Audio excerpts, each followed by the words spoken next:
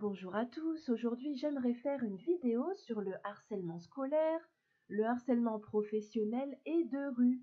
Concernant tous les thèmes sanitaires et sociaux, on continue sur VK, puisque sur YouTube on ne peut pas tout dire.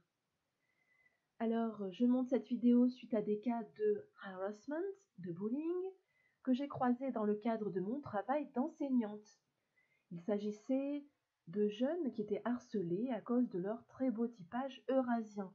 Alors eurasien, ça peut être d'Europe de l'Est, ça peut être de Russie, ça peut être d'Asie, donc par exemple de Chine, d'Indochine, etc. Ça peut être typage indien, typage oriental du Moyen-Orient, etc. Bien souvent, ce sont les complexés qui se mettent à harceler les autres, évidemment, puisqu'ils ont un souci dans leur tête. Personnellement, j'ai souvent été confrontée à de petits épisodes occasionnels de harcèlement scolaire, beaucoup moins à l'âge adulte, puisque à l'âge adulte, on arrive à se défendre, on a un petit peu l'habitude. Et à chaque fois, c'est l'encadrement scolaire et professionnel qui a fait la différence. Dédicace à Louise, Alec, Sacha, Vladimir, Vassili, Nikolai, Alexei, Alexandre, Nikita, Ilya, Maria, Laila et bien d'autres. Alors qu'est-ce que le harcèlement? Le harcèlement se définit comme une violence répétée qui peut être verbale, physique ou psychologique. Cette violence se retrouve aussi au sein de l'école. Elle est le fait d'un ou de plusieurs élèves à l'encontre d'une victime qui ne peut pas se défendre. Et de toute façon, quand on vous harcèle ou on vous insulte sans arrêt, il faut faire appel au professeur gentiment, puisque on ne peut pas arrêter ça de nous-mêmes quand on est enfant, adolescent et même à l'âge adulte. Lorsqu'un enfant est insulté, menacé, battu, bousculé ou il reçoit des messages injurieux à répétition, on parle donc de harcèlement. Donc attention en rentrant chez soi à bien arrêter les smartphones et les réseaux sociaux. Les trois caractéristiques principales du harcèlement en milieu scolaire, les voici. Tout d'abord la violence, c'est un rapport de force et de domination entre un ou plusieurs élèves et une ou plusieurs victimes. Vient ensuite la répétitivité, il s'agit d'agressions qui se répètent régulièrement durant une longue période. C'est ce qui fait que c'est insupportable, parce qu'être un petit peu embêté, un petit peu taclé de temps en temps, c'est pas trop grave, mais quand ça se répète et que c'est tous les jours et qu'on peut pas s'en sortir, ça devient insoutenable. Et ensuite, l'isolement de la victime. La victime est souvent isolée, plus petite, plus faible physiquement, et dans l'incapacité de se défendre. Il peut y avoir des victimes qui sont des jeunes grands et forts aussi, intelligents, et qui savent quand même répondre et se défendre, mais ça ne s'arrête pas, puisque le harceleur est complètement barjot. Voilà. Le harcèlement se fonde sur le rejet de la différence et sur la stigmatisation de certaines caractéristiques. On va donner des exemples. Alors, c'est pas tout à fait un rejet. Là, voilà, il y a des harceleurs qui vont se baser sur une petite différence par rapport au groupe pour embêter la personne, même si cette différence met en valeur les victimes. Donc, c'est vraiment dommage. Ça peut être l'apparence physique. Donc, par exemple, être soit blond, soit roux, soit brun. Ça peut être la couleur des yeux, etc., la taille, etc. Ça peut être un handicap, par exemple être autiste Asperger.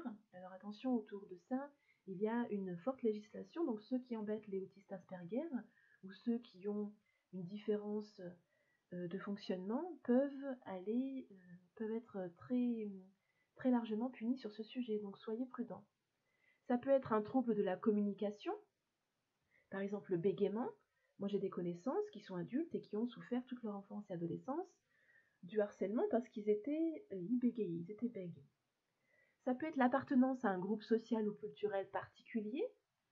Par exemple, s'ils portent un nom qui est plutôt étranger, il faut savoir que depuis 1993 en France, on a le droit de donner le prénom qu'on veut à son enfant du moment que ça ne le met pas en difficulté en société.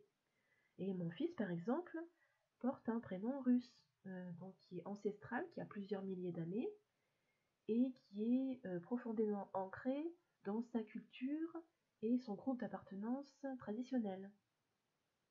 Donc il y a beaucoup de personnes qui nous ont dit c'est très beau, d'autres personnes qui nous disent ça change, encore d'autres qui nous disent ah on connaissait, voilà, etc.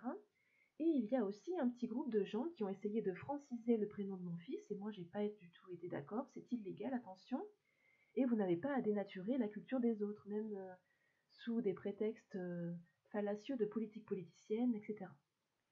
Et ça peut être aussi des centres d'intérêt différents. Donc si quelqu'un s'intéresse au milieu scolaire et travaille bien à l'école, il va être embêté par les fumistes, forcément. Le harcèlement revêt des aspects différents en fonction de l'âge et si c'est un garçon ou une fille. Les risques de harcèlement sont plus grands en fin d'école primaire et au collège. C'est l'âge difficile un petit peu. Et puis c'est l'âge où il y a des jeunes gens qui sont obligés d'aller dans le système scolaire jusqu'à 16 ans, donc ils vont faire un petit peu les parasites jusqu'au bout. Mais c'est une très faible minorité. Après, au lycée, ça va mieux. Il n'y a que des gens qui sont là pour vraiment travailler. Peu importe les difficultés ou non des uns et des autres d'ailleurs. Le tout, c'est d'être régulier dans ses études. Et puis, on ne peut pas être fort partout. On ne peut pas être le premier de la classe partout. Si le harcèlement touche des élèves en particulier, il s'inscrit dans un contexte plus large et il est indispensable de prendre ce contexte en compte.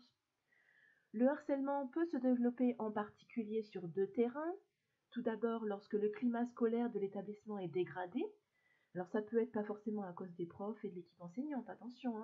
Ça peut être qu'il y a un groupe d'élèves qui est obligé d'aller à l'école jusqu'aux 16 ans révolus, d'après la loi, et ils vont se permettre un peu tout parce que les parents ne les suivent peut-être pas assez. À ce moment-là, les adultes doivent créer les conditions pour que l'ambiance dans l'établissement soit propice à de bonnes relations entre les élèves et entre les adultes et les élèves.